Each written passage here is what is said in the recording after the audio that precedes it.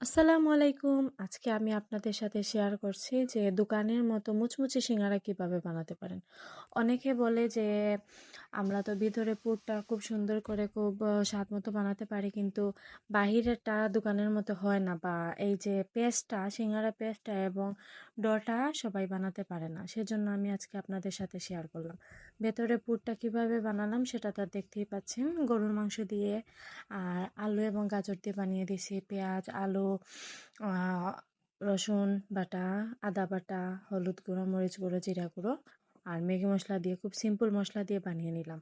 তারপরে এগুলো সিদ্ধ হয়ে এরকম হয়ে এলে নামিয়ে নেবেন। তারপর ময়দার মধ্যে আমি লবণ এবং 1 কাপ পরিমাণ তেল নিয়ে নিলাম। তেলটা খুবই ইম্পর্টেন্ট, সেটা না দিলে দোকানের মতো সিঙ্গারা হবে না।